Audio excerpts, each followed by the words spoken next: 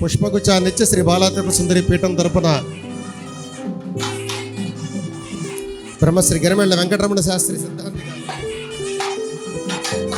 అదేవిధంగా పుష్పమాలంకరణలు చేస్తున్నారు. అందరూ ఒకసారి కరతాళ ధ్వనులతో గొప్పగా పరిడి వెళ్ళే విధంగా చేస్తున్నటువంటి వారికి పీఠం తరపున సాదర స్వాగతం పలుకుతూ ముందుగా సంబంధితంగా పీఠ సాంప్రదాయాల ప్రకారం వారిని దుశ్శాలవాతో సత్కరించిన తరువాత తదుపరి కార్యక్రమంలోకి వెళ్దాం. మనందరం ఒక మంచి సన్నివేశాన్ని చూస్తున్నప్పుడు చెప్పాను, ఇప్పుడు కూడా కరతాళ ధ్వనులతో అంటే మమేకమై మనందరం కలిసి చేస్తున్నటువంటి కార్యక్రమం ఇది మన తరపున గురువు గారు చేస్తున్నారు. ఇక్కడ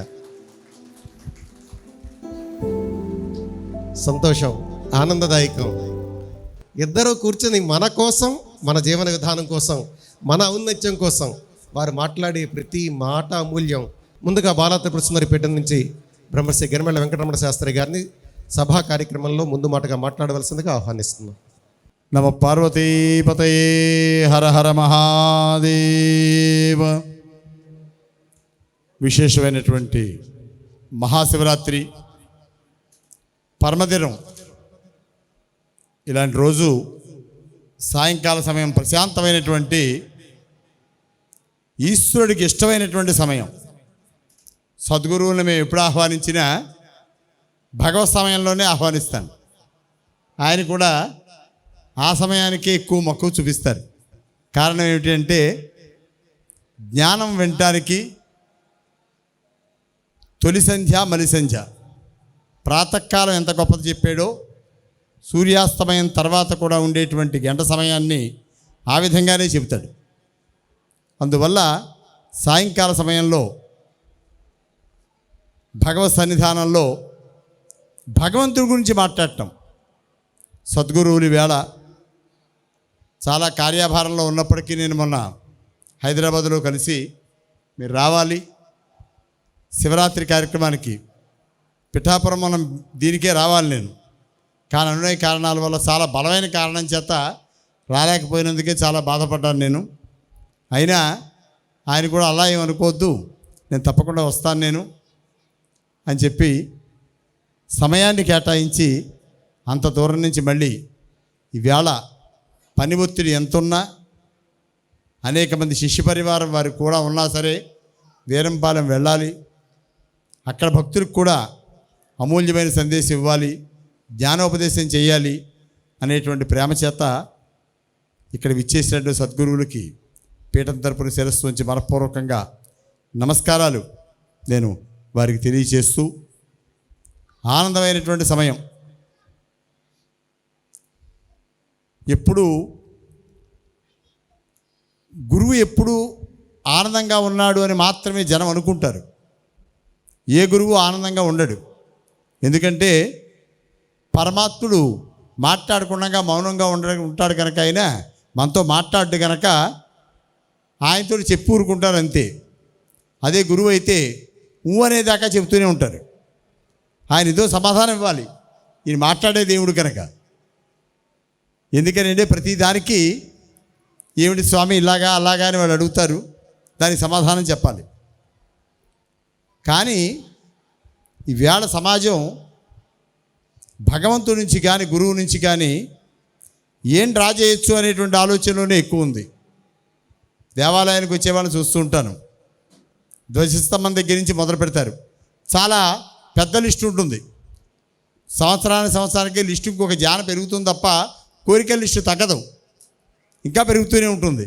వాళ్ళ ఆలోచన ఏమిటంటే పరమాత్ముడు అనేవాడు మన కోసమే ఉన్నాడు, మన కోరికలు తీర్చడం కోసమే ఉన్నాడు. మనం ఏదంటే దానికి ఆయన అంగీకరించేటువంటి వాడే పరమాత్ముడు అనే భావనలోనే ఉన్నాం మనం. కానీ చాలామంది పరమాత్ముడు మనలో మార్పు కోరుకుంటున్నాడు, మన మార్పు కోసం నిరీక్షిస్తున్నాడు అని ఆలోచించేవాడు చాలా తక్కువ. గురువులు మంత్రోపదేశం చేస్తారు. ఎందుకు అంటే భౌతికమైనటువంటి ఆలోచనల మీద దృష్టి తగ్గించుకుంటే నువ్వు ఆనందంగా ఉంటావు. భౌతిక దృష్టి ఎంతసేపు దేహం గురించి, ఆర్థికం గురించి, ఆది భౌతికం గురించి 24 గంటలకి ఇదే ఆలోచన. కూర్చున్నా నుంచున్నా దాని యందు ఎవరికైతే ఆకర్షణ తగ్గుతుందో ఆ వ్యక్తి చాలా కంఫర్ట్గా ఉండగలుగుతాడు. భగవానుడైనటువంటి రామచంద్రుడికి కూడా గురువు కావాలి. గురువు లేనటువంటి విద్య గమ్యం లేని ప్రయాణం. భక్తి ఉంది. ఆ భక్తి ఏ మార్గంలో వెడితే మనం జీవిత గమ్యాన్ని చేరగలుగుతామో, పరమాత్ముని చూడగలుగుతామో, పరమాత్మ తత్వాన్ని అర్థం చేసుకోగలుగుతామో ఒక్క గురువు వల్లే మనం పొందగలుగుతాం. పరమాత్ముడే అన్ని వేళలా తను మాట్లాడలేడు కనుక అక్కడక్కడ సద్గురువుల్ని తన యొక్క ప్రతినిధులుగా భూమి మీద పుట్టించాడు. మేము గురువుగారి దగ్గరికి వెళ్ళాం, ఆయనతో మాట్లాడాం, చాలా కడుపులో ఉండే బాధ అంతా తగ్గిపోయింది అని చాలామంది ఆనందంగా బయటకు వస్తూ ఉంటారు. కేవలం దర్శించినంతట్లోనే దుఃఖం ఉపశమించేటువంటి వాడు, ఉపశమింప చేసేటువంటి వాడు కూడా గురువే. కానీ ఆ జీవితం అంత ఆనందంగా ఉండదు. ఎన్నో సుత్తి దెబ్బలు తింటే ఒక విగ్రహం తయారవుతుంది. ఈవేళ మనం దండం పెట్టుకునేటువంటి విగ్రహం చాలాసార్లు ముళ్ళుతో కొట్టి, ఇనప బోసలతో చెక్కి, లోహ సంబంధమైనటువంటి సుత్తితో బాత్తే అది ఒక అందమైన శిల్పంగా తయారైంది. అది మనకి దేవుడిగా కనపడుతోంది వేళ. కానీ దానికి పూర్వం చాలా దెబ్బలు తింది అది. ఇవన్నీ మనిషి ఆలోచించేటువంటి ఆలోచనలు. అలాగే గురువుకు కూడా అంతర్గతంగా చాలా చాలా ఇబ్బంది ఉంటుంది. వాళ్ళ ఆలోచన అంతసేపు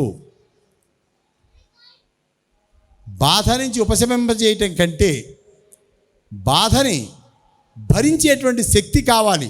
పరమాత్మ ఆలోచన కూడా అదే. నువ్వు ఏది నాకు అక్కర్లేదు, నన్ను ఇందులో నుంచి బయట పాడే చాలు అని దండం పెట్టుకుంటే బయట పారేయడు. దాన్ని అనుభవించే శక్తిని ఇస్తాడు పరమాత్మ. గురువు కూడా అంతే. దేన్నైనా ఒక మంత్రం వల్ల కానీ, జ్ఞానం వల్ల కానీ, తత్వం వల్ల కానీ దాన్ని మీరు జయించేటువంటి గొప్ప శక్తివంతులు చేసేటువంటి గొప్ప విధానం ఆచార్యుడి యొక్క విధానం. అలాగే ఎందుకంటే ఒకరోజు కనుక గట్టెక్కించడం అయితే రోజు అదే భయం పట్టుకుంటుంది. మళ్ళీ మనం మానసికంగా కనుక బలోపేతం అయిపోతే ఏ దుఃఖం ఇంక వెంటాడదు, మాట్లాడాల్సిన అవసరమే ఉండదు. అందుకని అన్నిట్లకంటే మంత్రం శరీరాధీనంలో ఉంటుంది కనుక దివ్య మంత్రాల చేత ధైర్యం ఏముంది నీ దగ్గర అంటే, గురువు దగ్గర నేను ఒక ధర్మాన్ని స్వీకరించాను, ఆ మంత్రశక్తి నన్ను నడిపిస్తూ ఉంటుంది, ఆ మంత్రం వల్ల నేను దేనైనా జయించగలుగుతాను. ఇవన్నీ మనకి గురువు నుంచి లభ్యమవుతాయి. రామచంద్రమూర్తి కూడా గురువు నుంచే ధర్మాలన్నీ తెలుసుకుంటూ ఉండేవాడు. గురువుగారి దగ్గరికి వెళ్ళి ఆయన కావాలనుకుంటే ఆ స్థానంలోనే ఈయన ఎదురుగుండా కూర్చోబెట్టుకు మాట్లాడవచ్చు. కానీ ఏనాడు వశిష్ఠుడు రాముడి యొక్క మహల్లో కనపడలేదు. ఆయన దగ్గరికి ఆయన వెళ్ళేవాడు ఏదైనా సందేహం ఉంటే. అలాగే జ్ఞానార్జన, ముఖ్యంగా పరమాత్ముడైన కృష్ణుడు కూడా ఒక మాట అంటాడు, అన్నిట్లకంటే కష్టతరమైనటువంటిది ఏమిటి అంటే సంపాదన, జ్ఞానార్జన. జ్ఞానాన్ని కనుక నువ్వు సంపాదిస్తే అది ఎవరూ పట్టుకెళ్ళలేంది. ఆ జ్ఞానం వల్ల నువ్వు ఒక్కడవే కాదు, నీ పరిసరాలన్నింటికీ నువ్వు వెలిగివ్వగలుగుతావు. అలాంటి జ్ఞానం పొందినటువంటి వ్యక్తులు అతి కొద్దిమంది ఉంటే, అలాంటి జ్ఞానాన్ని ఇచ్చేటువంటి గురువులు కూడా సాక్షాత్తు నా స్వరూపమే అంటాడు కృష్ణ పరమాత్మ. కాబట్టి ఇంతమంది శిష్యులతోటి క్షణం కూడా తీరిక లేకుండా అందరి యొక్క బాధల్ని కూడా వింటూ పరిష్కరించగలిగినటువంటివన్నీ కూడా దైవికంగా పరిశీలింపబడుతూ, డాక్టర్ గారు కూడా ఏదన్నా అనారోగ్యం కలిగితే ముందు వ్యాధిపోయే మందు ఇవ్వరు, నిద్రకి మందు ఇస్తారు. కడుపు నొప్పి వస్తే మొట్టమొదటి ఇచ్చే మందు ఏమిటంటే నిద్రకే మాత్ర. కాళ్ళు లాగుతోందంటే మొట్టమొదటి పిల్లలు దేనికి పడుతుంది అంటే నిద్రకి. నిద్ర కూడా తపస్సే. నిజంగా నిద్ర ఇవ్వలేదు అనుకోండి, అనంతమైన సంపద ఇచ్చి ఎన్ని బిళ్ళలు కొనుక్కు మింగుతామో మనకే తెలియదు. ఆ ఒక్క నిద్ర కోసం అది కొనలేము, కొంటే వచ్చేది కాదు. అది అద్భుతమైనటువంటి తపస్సు. అలాగే ఆ నిద్రలో ఆ కాలంలో ఆ బాధ ఉపశమించిపోతుంది. ఇవాళ ఉండేటువంటి మెడిసిన్లో వ్యాధి తగ్గే మెడిసిన్ కంటే నిద్రలోకి పంపించే మెడిసిన్సే ఎక్కువ ఉంటాయి ఎక్కడున్నా. దానివల్ల విశ్రాంతిలో దేహం సర్వవ్యాధుల్ని మర్చిపోతుంది. అలాగే జ్ఞానము అనేటువంటి దాన్ని కనుక మనం పొందితే, గురువు నుంచి ముఖ్యంగా అందరూ గుర్తుపెట్టుకోవాల్సిన విషయం, అసలు గురువు గారిని ఏం అడగాలి, ఆయన కనపడితే ఏం మాట్లాడాలి, అమ్మాయికి పెళ్ళి అవ్వటం లేదనే, లేకపోతే ఇల్లు కట్టుకోలేదనే, లేకపోతే ఆర్థికంగా బాగుంటలేదనే, అసలు ఏం మాట్లాడాలి? భగవంతుడే మన ఎదురుగుండా కనపడి నీకు వరం ఇద్దామని నాకు కోరికగా ఉంది, నాశనం లేనిది ఏదన్నా కోరుకో ఆయన అన్నాడు అనుకోండి. పరమాత్ముడు నాశనం లేనిది ఏదైనా మనం కొనుక్కోగలమా? ఏమిటో ఒక్కడ చెప్పండి నాశనం లేనిది. కాలగమనంలో అన్నీ వెళ్ళిపోయేవే. నాశనం లేనిది అంటూ ఉంటేది జ్ఞానం మాత్రమే. ఆ జ్ఞానానికి నాశనం లేదు. అది అందువల్ల అమూల్యమైంది, వెలకట్లైనటువంటి అలాంటి మహోత్కృష్టమైన జ్ఞానాన్ని ఒక గురువు నుంచి మనం పొందగలుగుతాం. దానివల్ల మీరందరూ మానసికంగా చాలా బలోపేతం అవుతారు. మన మనస్సు ఎంత చంచలమైందంటే, ఓ స్వామివారికి వెంకన్నబాబుకో ఎవరికో ముడుపు కడతారు, పని అవ్వలేదనుకోండి, ఆ మూట పక్కనెట్టేస్తారు. అన్నవరం వెళ్ళి మళ్ళీ ఆయనకో మూట కడతారు. స్వామి మా బండబ్బాయి వీడు చదువుకోడు, రోజు మొత్తం మీద వీడికి ఆటలోనే అయిపోతే 16 గంటలు, కానీ వీడికి ఫస్ట్ క్లాస్ రావాలి. ఫస్ట్ క్లాస్ వస్తే అన్నవరం వచ్చి వ్రతం చేసుకుంటానంటాడు. అయినా వాడికి పని అవ్వలేదు. ఆయనకి కూడా ముడుపు పేసాడు, సింహాచలం కట్టాడు, ఎంతమంది దేవుళ్ళన్నా మారుస్తాడు తన అవసరం కోసం, పని అవ్వడం కావాలి. కానీ వాడి ప్రాప్తాన్ని బట్టి వాడు ఏదో ఒకటి అవుతాడు తప్పకుండా. వాడి గమనాన్ని మనం మార్చలేం అని ఆలోచించగలిగినప్పుడు ఏ విచారం ఉండదు, వాడు గొప్పవాడే అవుతాడు. ప్రతి వ్యక్తి ఎందులో గొప్పవాడు అవుతాడు. దీనికి మూలమైనటువంటిది జనకుడు చెప్పినటువంటి విషయం. యోగాన్ని ఎవ్వరూ తప్పించలేరు. యోగాన్ని నువ్వు అనుభవించాలి అంటే గురువు ద్వారా అనుభవించగలుగుతావు. ఆయన యొక్క అమృత వాక్కులను వినగలిగితే దాన్ని అనుభవించే శక్తి నీకు ఆటోమేటిక్గా వచ్చేస్తుంది. అది దాని గురించి ఎవరూ చెప్పక్కర్లేదు. చీకటి ఎప్పుడు పోతుంది అంటే దీపం వెలగగానే పోతుంది. దీపం వెలిగించాం లోపలికి వెళ్ళగానే, చీకటి మనం తోలక్కర్లా. మన మనసులో ఉండేటువంటి చీకటి కూడా, అజ్ఞానాన్ని కూడా గురువు నుంచి వచ్చే జ్ఞానం చేత మనం ప్రకాశవంతం చేసుకుంటాం. డార్క్ అనేది లేకుండా చేసుకోగలుగుతాం. అందుకే మహోత్కృష్టమైనటువంటి గురువు అనేటువంటి పదం నారాయణమూర్తి నుంచే వచ్చింది మనకి. ఆయనే జగత్కర్త, జగత్ గురువు. ఎందుకని అంటే చరాచర జీవకోట్లు అన్నిటికీ సమాధానం ఆయన చెప్పగలడు. అలాగే గురువు కూడా జ్ఞానోపదేశం వల్ల, తత్వోపదేశం వల్ల, నిశ్చలానందం వల్ల మనకి ఒక ధర్మాన్ని ప్రబోధిస్తారు.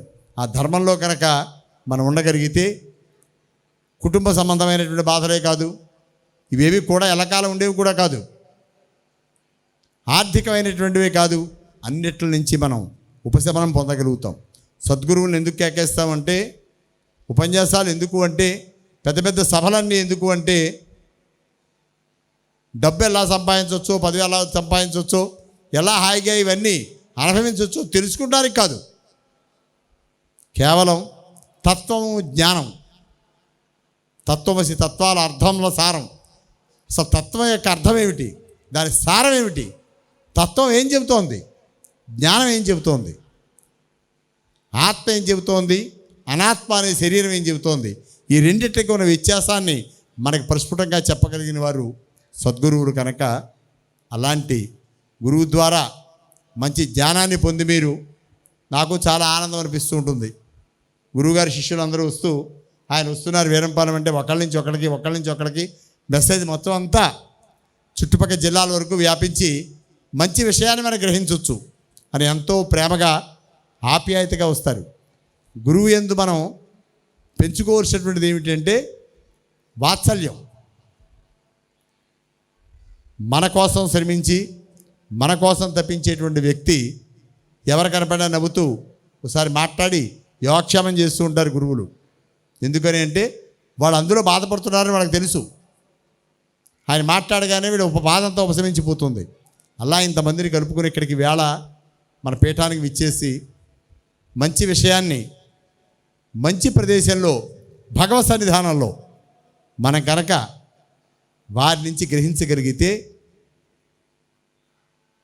శరీరంలో అవయవాలను అంటిపెట్టుకుంటుంది. అది భగవద్గీత చెప్పాక కృష్ణుడు అంటాడు, అర్జున శ్రద్ధగా విన్నావా అని అడుగుతాడు. మామూలుగా వినటం వేరు, శ్రద్ధగా వినటం వేరు. మామూలుగా వింటే ఈ చెవిలో ఊస్తే ఈ చెవిలోంచి బయటకు వచ్చేస్తుంది, అక్కడితో వదిలిపెట్టేసేది దాన్ని. శ్రద్ధగా వింటే ఎక్కడికి వెళ్ళిపోయింది? శ్రద్ధతోటి హృదయం నుంచి కపాలానికి వెళ్ళిపోయింది. అందువల్ల అది ఇంకా బయటికి పోదు. అలాంటి శ్రద్ధగా కనుక ఆధ్యాత్మిక ప్రవచనాన్ని కనుక వినట్లయితే మనం చాలా కాలం అది జ్ఞాపకం వచ్చినప్పుడల్లా ఆ బాధ నుంచి మనం ఉపశమనం పొందగలుగుతాం. అందుకని ఇంత దూరం కష్టపడి మీ అందరి కోసం, ముఖ్యంగా ఆప్తులుగా నేను కేకేసినా కాదనకుండా పాపం వేళ ఇక్కడికి వచ్చి కార్యక్రమంలో పాల్గొని 10 మందికి మంచి అమృతవాక్కులు చెప్పి జ్ఞాన మార్గంలో మిమ్మల్ని పయనింపజేయడానికి ఇచ్చేటువంటి గురువుగారు చెప్పేటువంటి వాక్యాలన్నీ విని, అదే ఇందాక అన్నది శ్రద్ధగా విని, మామూలుగా వినటం కాదు, దాని యొక్క తత్వాన్ని తెలుసుకుని జీవన విధానాన్ని మార్పు చేసుకుని నిశ్చలానందంగా మీరందరూ ఉండాలని వారి ఆలోచన పూర్తిగా నేను తెలుసున్నటువంటి వాడిని కనుక ఆయన మనసులో ఉన్న మాట మీకు నేను చెబుతున్నాను. మీరందరూ నిశ్చలానందాన్నే పొందాలి. మామూలు ఆనందాలు కలుగుతాయి. సినిమా చూస్తే 1-2 గంటలు, బయటకు వచ్చాక అంతసేపు కూర్చొని కాళ్ళు అయితే దుఃఖం మొదలవుతుంది. వ్యాధిగ్రస్తుడు తీపి తింటే తిన్నప్పుడు బాగానే ఉంటుంది, తర్వాత దుఃఖం మొదలవుతుంది. అలా మనం కల్పించుకునేటువంటి ఆనందాలన్నీ దీని వెనకాల దుఃఖమే ఉంటుంది. జ్ఞానం వల్ల కలిగేటువంటి ఆనందం నిశ్చలంగా శాశ్వతంగా మనకు కూడా ఉంటుంది. అలాంటి నిశ్చల ఆనందం పొందాలి అంటే మంచి మంచి విషయాలు మీరు వినగలిగి ఉండాలి. అలా కనుక విన్నట్టయితే తప్పకుండా జీవన విధానంలో మార్పు ఉంటుంది. పరమాత్ముడి యొక్క సంకల్పానికి ఒక స్ఫూర్తినిచ్చిన వాళ్ళం అవుతాం మనం మానవ జన్మ ఎత్తినందుకు. అలాంటిది వినాలని, మంచిగా ఆచరించి జ్ఞాన మార్గంలో మీరందరూ గొప్ప గొప్ప వ్యక్తులుగా విరాజిల్లాలని, ధర్మం 4 పాదాల నడవాలని కోరుకుంటూ గురువుగారిని వారి యొక్క అమూల్యమైన సందేశాన్ని మీకు ఇవ్వాల్సిందిగా మనపూర్వకంగా కోరుకుంటూ సర్వేజన సుఖినో భవంతు.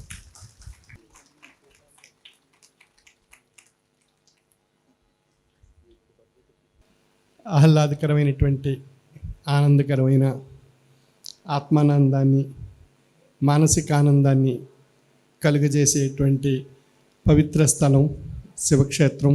శివుని యొక్క సన్నిధానంలో దేవతామూర్తుల యొక్క దశావతారాల యొక్క ఆశ్రయంలో షిరిడి సాయి వారి యొక్క ఆశీస్సులు, అమ్మవారి యొక్క మహోన్నతమైనటువంటి అద్భుతమైనటువంటి అభౌతికమైనటువంటి ఆశీస్సులు మనందరిపై ప్రసాదింపజేస్తూ తరింపజేస్తూ ప్రతి ఒక్కరికి పేరు పేరున నా యొక్క ప్రత్యేక శుభ ఆశీస్సులు తెలియజేస్తూ ఈ పీఠాన్ని, ఈ ఆశ్రయాన్ని, ఆశ్రమాన్ని ఎంతో అందంగా ఆధ్యాత్మిక వనంగా తీర్చిదిద్దినటువంటి గౌరవనీయులు, పూజనీయులు శ్రీ వీర వెంకటరమణ శాస్త్రి గారికి నా యొక్క ప్రత్యేక శుభ అభినందనలు తెలియజేసుకుంటూ ఈ సమావేశంలో పాల్గొన్నటువంటి పాత్రికేయులకు, ఎలక్ట్రానిక్ మీడియా వారికి, అతిథులకు, పుర ప్రముఖులకు అందరికీ నా యొక్క ప్రత్యేక శుభ ఆశీస్సులు. ఇది పవిత్రమైనటువంటి క్షేత్రము. పూర్వం బాల్యంలో నేను ఈ ప్రదేశంలో వచ్చినప్పుడు నాకు బాల్యమిత్రులుగా వీర వెంకటరమణ శాస్త్రి గారు, నేను, మా అన్నదమ్ములు అంతా కలిసి ఇక్కడ ఎంతో చక్కగా ఆడుకునేవాళ్ళం. ఆ బాల్యం అలా గడిచిపోయింది. ఈ రోజున మళ్ళీ ఆ మిత్రులు ఇద్దరూ కలిసి ఒక ఆధ్యాత్మిక వనంలో ప్రసంగించడం కూడా ఆ అమ్మవారి యొక్క గొప్ప అవకాశం ఆశీస్సు రూపంలో ప్రసాదింపబడబట్టి ఈ రోజున నా బాల్యమిత్రులు, పూజనీయులు, గౌరవనీయులు వెంకటరమణ శాస్త్రి గారు మాట్లాడి చక్కని విషయాలు మనకు తెలియజేశారు. అదేవిధంగా ఈ పుణ్యక్షేత్రంలో భక్తి తత్వాన్ని, శాంతిని, మనలో ఉండే జడ కాలుష్యాన్ని తొలగించి మన జీవన తత్వంలో ఆధ్యాత్మిక తాత్విక జీవన విధానాన్ని అలవర్చుకోవడానికి మనకు ఒక చక్కని బాట ఈ క్షేత్రంలో ఏర్పాటు చేశారు. మనం ఆ బాటలో మనం ప్రయాణం చేస్తే మన జీవన తత్వంలో ఎన్నో అద్భుతాలు మనం సాధించవచ్చు. ఈనాడు సమాజంలో చూస్తున్నాం, మానవుడు ఎన్నో అద్భుతాలు సాధిస్తున్నాడు, ఎన్నెన్నో శాస్త్ర విజ్ఞానపరంగా ఎంతో పురోగతి సాధిస్తున్నాడు. ఆ శాస్త్ర విజ్ఞానపరంగా ఎంతో పురోగతి సాధించేటువంటి మానవునికి కావలసినటువంటిది ఆధ్యాత్మిక విద్య. ఎందువల్లన్నప్పుడు మనస్సుని, శరీరతత్వాన్ని, ఆత్మతత్వాన్ని మూడిటిని క్రోడీకరించి ఒక ఏకత్వ స్థితిగా పరిణామ రూపంలో తెలియజేసేటువంటిదే ఆధ్యాత్మిక విద్య. అంచేత మనం భౌతికంగా ఎలా కనిపిస్తున్నాం, ఒక మానవ రూపంగా మనం కనిపిస్తున్నాం. భౌతిక దృష్టికి స్త్రీ పురుష అనేటువంటి రూపాలుగా మనం కనిపిస్తున్నాం. ఈ రూపం వెనుక ఉన్నటువంటి ఒక మహోన్నతమైనటువంటి శక్తి అది ఏది అని మనం లోపలిగంటూ విశ్లేషిస్తే మొట్టమొదట మన భౌతిక దృష్టికి కనిపించేది శారీరక తత్వం. ఇంకా లోపలికి వెళ్ళి విశ్లేషిస్తే మనకు కనిపించేది మానసిక తత్వం. అది అంతర్భావ దృష్టితో మనం దర్శించగలుగుతున్నాం. ఇంకా లోపలికి వెళ్ళి ఈ మానసిక తత్వానికి ఇంకా లోపల ఎవరున్నారు అని అన్వేషిస్తే తెలియబడేటువంటి వారు ఆత్మతత్వము. అంటే శారీరక తత్వము, మానసిక తత్వము, ఆత్మతత్వము, మూడు తత్వాల యొక్క కలయిక మానవ రూపము. అంచేత భౌతికంగా ఎలా కనిపిస్తున్నాం, మనం ఒక మానవ రూపంగా కనిపిస్తున్నాం. దీని వెనుక ఉన్నటువంటి రహస్యాన్ని ఛేదించితే శరీరతత్వం గురించి తెలియబడుతుంది. శరీరతత్వం గురించి ఆశ్రయించి లోపలికంటూ ప్రయాణం సాగిస్తే మానసిక తత్వం తెలుస్తుంది. మానసిక తత్వాన్ని ఛేదించి లోపల ఎవరో ఒక అద్భుతమైనటువంటి శక్తి దాగి ఉంది అని ఛేదిస్తే అది ఆత్మతత్వం, అది జీవాత్మ స్వరూపము. జీవాత్మని ఎందుకు అనవలసి వస్తుంది అన్నప్పుడు శారీరక తత్వం, మానసిక తత్వం రెండూ కలిసినటువంటిది జీవము. ఆ జీవమును ఆశ్రయించి ఉన్నటువంటిది ఆత్మ. కాబట్టి జీవాత్మ అంటే శారీరక, మానసిక, ఆత్మతత్వాల యొక్క కలయిక జీవాత్మ. ఈ జీవాత్మ ఎలా కనిపిస్తున్నాడు? భౌతిక దృష్టికి ఒక మానవ రూపంగా కనిపిస్తున్నాడు. మరి ఈ జీవాత్మలో ఏ శక్తి దాగి ఉంది, ఈ జీవాత్మను ఏది నడిపిస్తుంది అని అంతర స్వరూపంగా మనం పరిశీలించి అన్వేషణ చేస్తే ఈ జీవాత్మను పరమాత్మ యొక్క అద్భుతమైనటువంటి శక్తి నడిపిస్తుంది. అంటే ఈ జీవాత్మలో ఆ పరమాత్మ యొక్క శక్తి దాగి ఉన్నది అనేటువంటి విషయం మనకు అర్థం కాబడుతుంది. దీనికి ఒక చిన్న ఉదాహరణ తీసుకుందాం. పాలు ఉన్నాయి, పాలలో నెయ్యి అనేటువంటి ఒక మహా తేజస్సు దాగి ఉన్నది. అది ఎలా తెలుస్తుంది మనకి? పాలను పెరుగుగా మార్చుకోవాలి, పెరుగును వెన్నగా మార్చుకోవాలి, వెన్నను నెయ్యిగా మార్చాలి. ఆ వెన్న ఒక తేజస్వరూపమైనటువంటి శక్తిని మనకు ప్రసాదిస్తుంది. అంటే ఆ పాలు అనేటువంటి పదార్థంలో తేజస్సు అనేటువంటి స్వరూపం దాగి ఉన్నది అనేటువంటి విషయం ఏ విధంగా అయితే మనకు తెలియబడుతుందో అదేవిధంగా శారీరక, మానసిక, ఆత్మతత్వాల యొక్క కలయికగా ఉన్నటువంటి జీవాత్మలో పరమాత్మ అనేటువంటి ఒక అద్భుతమైనటువంటి తేజస్సు మనలో దాగి ఉన్నది. అంచేత ఆ పరమాత్మ అనేటువంటి ఆ చైతన్యవంతమైనటువంటి ఆ తేజస్సు ఈ జీవాత్మను శాసిస్తుంది, అంటే ఈ జీవాత్మను నడిపిస్తుంది. ఈ జీవాత్మ మూడు రూపాలుగా, మూడు తత్వాలతో తెలియబడుతుంది, శారీరక, మానసిక, ఆత్మతత్వాలుగా. ఇది భౌతిక విధానానికి వచ్చేసరికి మనకి మానవ రూపము అని తెలియబడుతుంది. అంచేత ఈ మానవ రూపంలో ఉండేటువంటి జీవాత్మ స్వరూపంలో ఉన్నటువంటి ఒక అద్భుతమైనటువంటి శక్తి పరమాత్మ అనేటువంటి శక్తి నిండి ఉన్నదనేటువంటి యథార్థం తెలియపరచబడుతుంది. ఇది మనకు వేదవాంగ్మయంలో చెప్పబడినటువంటి విషయంతో విశ్లేషించుకుంటే తత్వమసి, అయమాత్మ, ప్రజ్ఞానం బ్రహ్మ, అహం బ్రహ్మస్మి, ఈ నాలుగు యొక్క రూపాల యొక్క అంత్యపరిణామం నేను అనేటువంటి బ్రహ్మస్వరూపంగా తెలియబడుతుంది. ఆ నేను అనేటువంటి బ్రహ్మస్వరూపం ఏ విధంగా ఉంది? భౌతికవాదంలో మానవ రూపంగా ఉంది, అంతర్లీనమైనటువంటి స్వరూపంలో ఇది నేను అనేటువంటి పరమాత్మ యొక్క శక్తిగా మనకు తెలియబడుతుంది. అంచేత పరమాత్మ అనేటువంటి ఆ శక్తిని పొంది తరించేటువంటి విధానంలో మొట్టమొదటి మెట్టు ఏది అన్నప్పుడు తత్వమసి, తత్వం అసి, అది నీవు అయితివి అని అర్థాన్ని ఇస్తుంది. ఏది నీవు అయితివి అని ఎప్పుడైతే తన మనసుని విశ్లేషించుకుంటాడో శారీరక తత్వం చేత, అప్పుడు తనలో ఒక అద్భుతమైనటువంటి శక్తి దాగి ఉన్నది. అది ఆత్మస్వరూపంగా ఉంది. అది పొంది తరించేటువంటి మార్గం తాత్విక జ్ఞానము చేత అన్వేషిస్తే అది ఆత్మస్వరూపానికి చేరుకోవచ్చు అని మనస్సు యొక్క విశ్లేషణ ద్వారా శరీర తత్వాన్ని ఆశ్రయించి ఆత్మతత్వం వైపు ప్రయాణం సాగించడం జరుగుతుంది.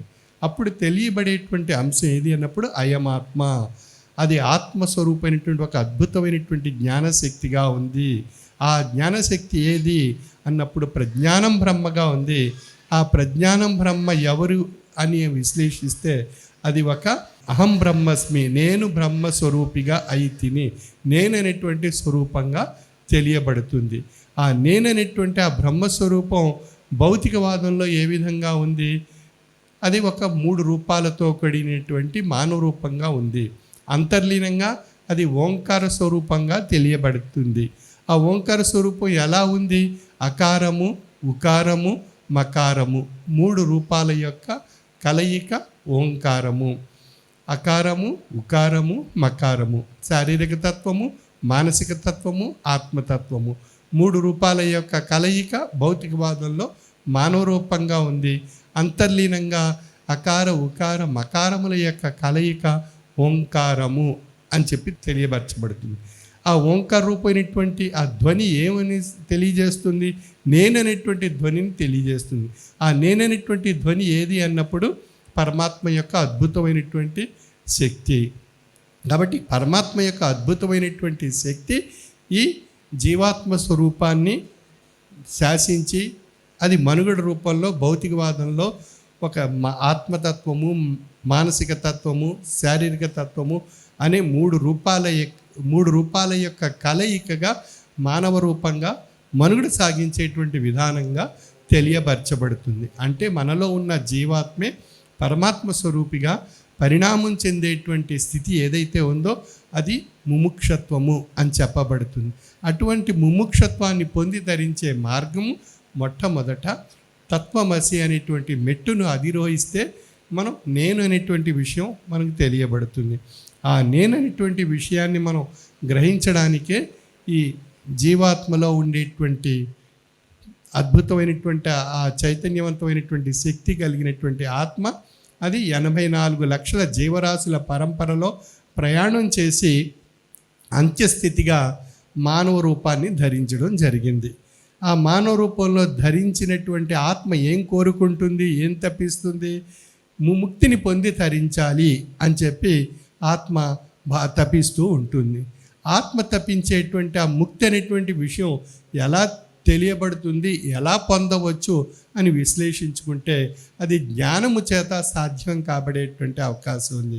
ఆ జ్ఞానాన్ని పొంది తరింపజేసుకోవడానికి భగవంతుడు సృష్టికర్త అంత్య పరిణామంగా ఉండేటువంటి ఆ మానవునికి ఒక మహోన్నతమైనటువంటి మేధాశక్తిని ప్రసాదించడం జరిగింది.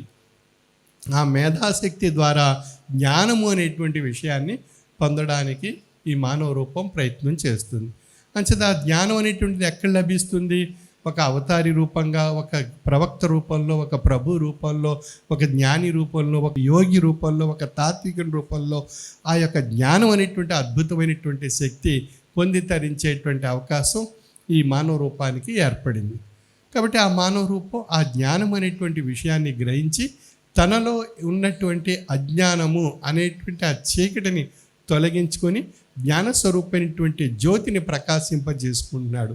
ఏ విధంగా అయితే పాలు, అది పెరుగు, వెన్న, నెయ్యిగా మారుతూ పరిణామం చెందిందో అదేవిధంగా తనలో ఉండేటువంటి ఆ యొక్క 96 తత్వాలు పరిశుద్ధం కాబట్టి తనలో ఒక అద్భుతమైనటువంటి శక్తి నిండి ఉన్నది. ఆ శక్తి తాను పొంది తరింపజేసుకోవడానికి జీవాత్మ పరమాత్మ స్వరూపమైనటువంటి తేజస్సుగా పరిణామం చెందిన నెయ్యిగా మారినప్పుడు ఆ తేజస్సు ప్రకాశింపబడినప్పుడు తనలో ఉన్న నేననేటువంటి మహా తేజస్సు తనకు తెలియబడుతుంది. ఆం బ్రహ్మస్మి.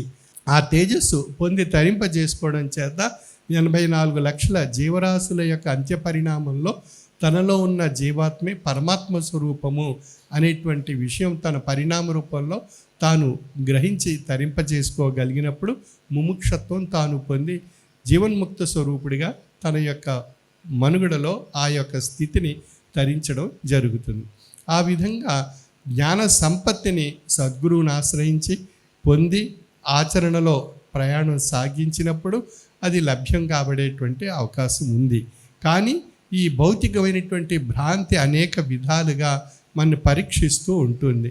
ఆ పరీక్షను అనుసరించి మనం ఆ పరీక్షలో ఆ ప్రయాణం సాగించలేక కొన్ని అవరోధాలు, ఆటంకాలు, సమస్యలు మనకు ఏర్పడినప్పుడు ఈ జన్మ ఎందుకు ఇచ్చావు భగవంతుడా అని చెప్పి ఆ భగవంతుడిని ఈ జన్మ గురించి ప్రశ్నిస్తుంటాడు. ఎందువల్ల ఆ జన్మలో ఉండేటువంటి ఆ కష్టాన్ని, ఆ అగాధాన్ని, ఆ అవరోధాన్ని, ఆ బాధను తట్టుకోలేక ఈ జన్మ ఎందుకు ఇచ్చావు స్వామి భగవంతుడా అని చెప్పి ఆ భగవంతుడు ప్రశ్నిస్తుంటాడు.